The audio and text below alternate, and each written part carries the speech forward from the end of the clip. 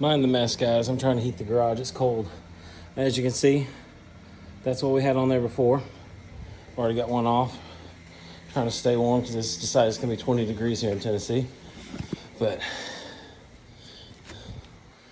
a big beat up wheel. And yeah, these were the tires we were driving around on. Dry rod, there's a gash. Yeah, she's about to come undone. But part of the wheels came in. The other part are on back order for just a little bit. Not like COVID back orders where you never see it, but this I should actually see. But dude, I am so pumped. We're about to transform this into an actual muscle car. Bear with me, I'm doing this one-handed.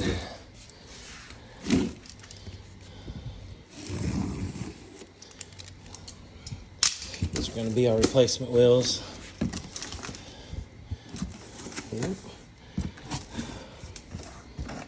Vision Wheels Incorporated, warranty and structure. And you see these bad boys. It's always a good day when you can afford a set of wheels for your car, your project. Oh, aren't they beautiful? Man, look at that lip. So hopefully these fit. I went old school, guys. I went to the Buick forums, the back in my day way of looking up wheels and tires and all that. And they said a 15 by 10 with a 5.5 back spacing with a 295 55 15 will fit one of these cars. Now, you may have to trim this inner fender lip, but ours is more Bondo and rusted anyway, so I could care less. But hopefully this fits. Let's look at this thing from the side. Oh, hold on. Center cap's in the way. Oh. Unhand him. I really got carried away with this. Okay. All right, it's free. Back up we go. Oh, yeah. 15 by 10, baby. That's nice. Now, these wheels were a little over $100 each. I think 125. So not bad at all for 15 by 5. Very lightweight. And there's our tires. So, oh, there we go. Those are Mickey Thompson 295 55 15s. Paid nothing for them. They're used off the drag truck I have. So let's just kind of say freebie. But hopefully they'll fit on this car. I'm going to get off here and test fit this right now. Over there on top of that, that's the lug nuts, because these take a different kind of lug nut or whatever. So I'll turn you guys back on here in just a second once we figure out fitment. Okay, got the wheel on, and I'll just have to say this. If I can get this to fit on this car, this is probably my best contribution to society yet. Now, I'm a pretty nice guy, and I've made a lot of cars faster, but this looks epic. If that Mickey Thompson sticky icky boy right there mounted on this tire will fit, this is gonna be perfection on this thing. Let me show you though. The lip's gotta go. The one I pointed to, gonna have to cut that out, but oh, it looks so good. Let me just show you. Okay, first of all, I thought gray with silver or chrome, whatever, too much. No. When it's got a lip like that, and I know the import guys are used to having the sick fitment with the lip. I'm not. I'm a muscle car guy. But that, ooh, that is nice. I've got to give it to the guys on the old Buick forums, because man, they got their stuff right from back in the day. They knew what they were doing. I've just got two lug nuts just, mocked up. But when you look at this thing from the side, well, okay, I thought the paint was melting off. It's not. Woo! I got big hands too. Boy, she looked good. Oh, that looks so good. Now, I think on the inside, the closest we get, let me move the light, is this coil over thing. Even though you have springs, you put a coil over in a GMA body. I don't know. All right, let me get you down here.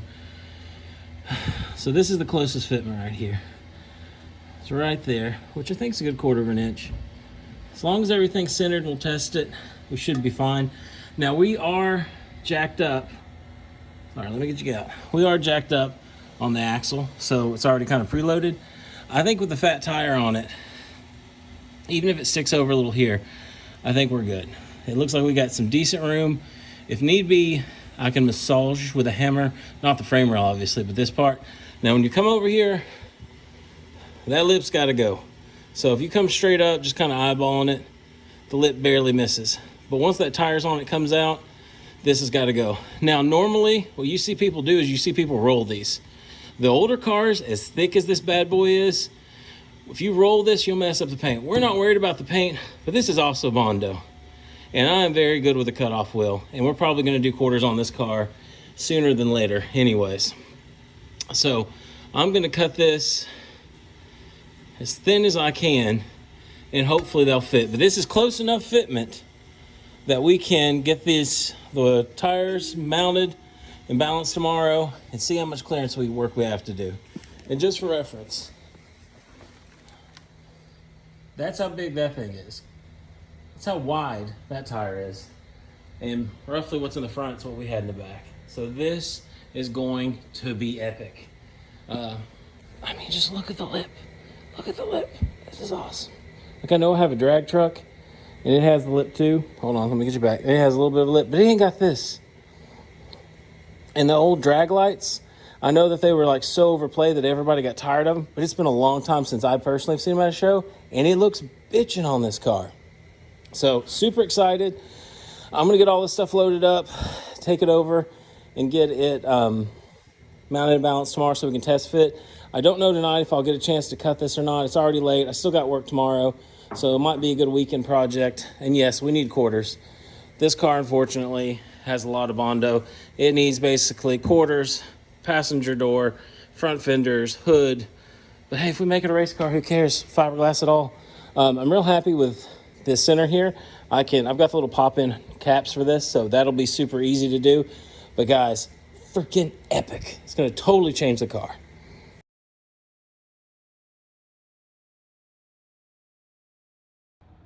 Okay, first off, wheels mounted and balanced. Going from that to that. Obviously the height's about the same, but look how much wider. She's biffy. Dude, they turned out good. They pop. So, got one mounted up. Just look at that. From something like that, old grandpa riding dirty, just finding some wheels and tires that'll fit so he can make it to church or wherever he's going, casino, bingo night with the ladies, to, hello 80s, you want to race on the street with a muscle car. Anyways, I'm having too much fun with this. But dude, these things look killer. They fit, obviously. A little bit of point of panic. This wheel is so heavy. Well, not so heavy, but it's so big and bulky. You really have to get it up there, bolt all these completely down before these will center up correctly. So I was trying to just put two on with it everything mounted and balanced, and it kept falling where the other one. Thought I was getting hung up on something. I'm not. So let me move the tools out of the way. I'll show you how close we are on stuff. Oh, all right. Making a mess. Sorry, guys. Here we go. Okay, so we got a little light here. Can you guys see that? Let's go here. So internally, boom. Fits great. Rock back and forth. Not an issue. Could maybe go a little bit further in, but honestly, I'm starting to get to the point because, hold on, let me back you out here. Your axle back here, going over bumps, goes up and down, so it still has a little bit of pivot in it. So I think that gives us enough room for grace. Sorry, long day. Now, where I cut, it's bad. As you can see, we ain't straightened the bit. But basically, there's a mixture of Bondo and metal all through here. So what happens is you're like, oh, great, I know what I'm cutting in. It's X amount hardness, I know how much pressure. Then all of a sudden, it turns to straight Bondo, and you're like, zoom. And then you get back to hard metal, and it just stops and kind of deflects. So anyways, that's awesome and fun. Now with this big tire, obviously this is going to move up in the well. We have pretty good room if we clearance to here, which is a very fine clearance. I think here we shouldn't really ever touch or hit, but that is very thin. So what I'm going to do take this back off, cut down this massive spots right here, and then massage back to about here, which is, like I said, this is very close. This is not leaving very much. The other thing too is with how massive these are and how far they come up, I'm gonna have to come further back.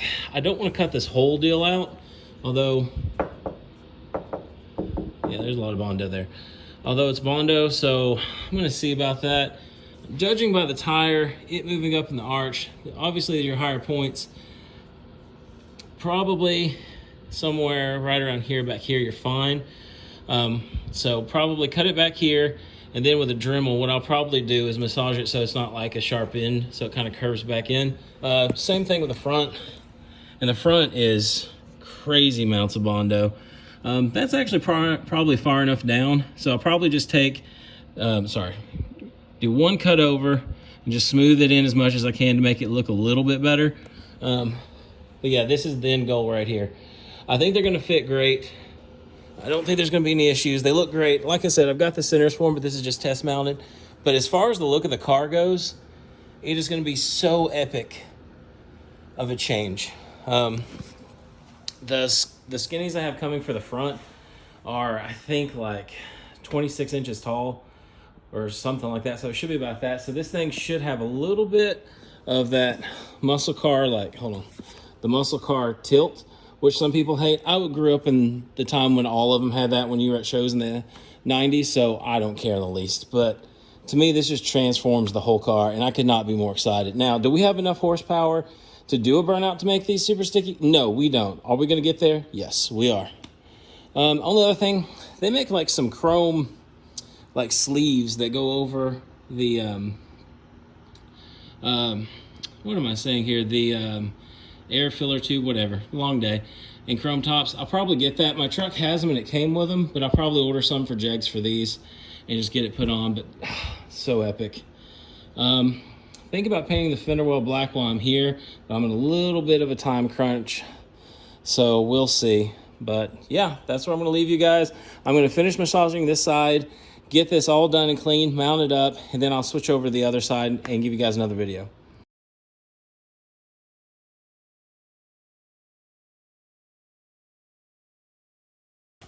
Well, in my efforts to cut for maximum clearance, there's two pieces of metal here, the outside of the fender and the inner fender lip, and there's little tack or spot welds that hold them together. I cut so far in, I cut them so they're loose.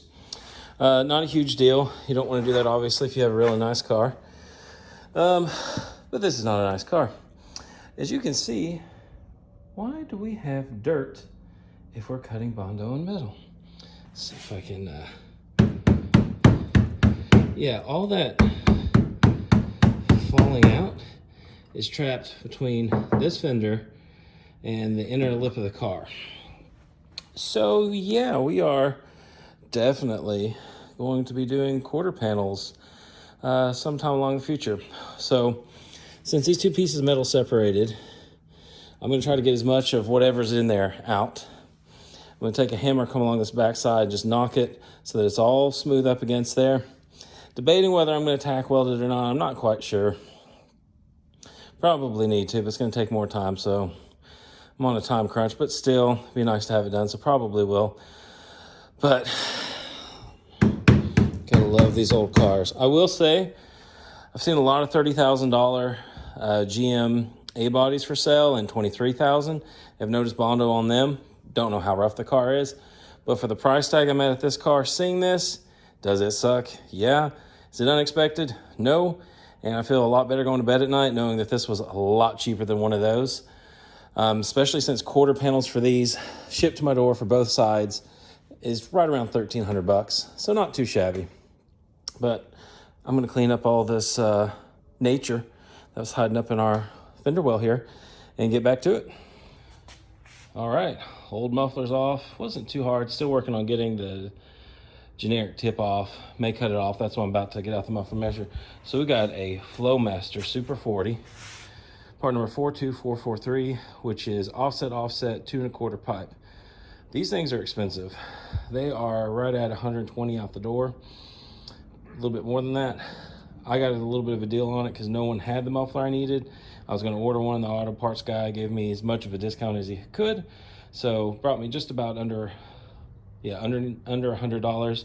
And the one I wanted, tax and everything, was like $70, so I couldn't argue with that. But let's get this out. This is so hard to do one-handed. All right, so that's the inlet. So let's see what they look like size-wise. Pretty close. Pretty close. Should give us a lot better tone. Now I'm actually seeing that instead of fighting with this end, I can basically just cut it off because this is going to be too long. So this car is going to stay with the Buick Power for a little while.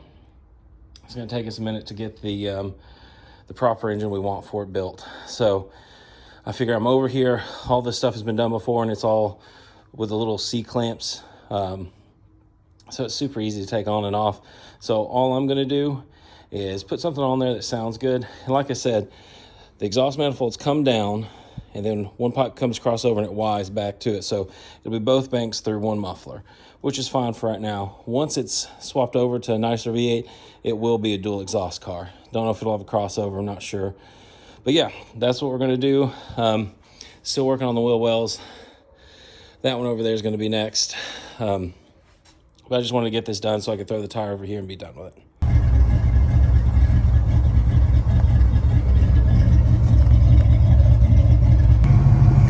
It's finally out of the garage, guys. One of those projects that was supposed to take a few hours, actually a day or so, took a little bit longer. But our new meats are on it. Looked much better than the older parts. Like I said, we're still waiting for the fronts. Oh, look how thick though.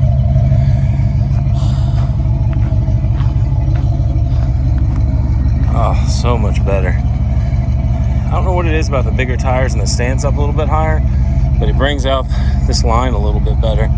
Our Flowmaster sounding good. I thought it'd be overly obnoxious, but when it's on just the base idle, it's really not bad.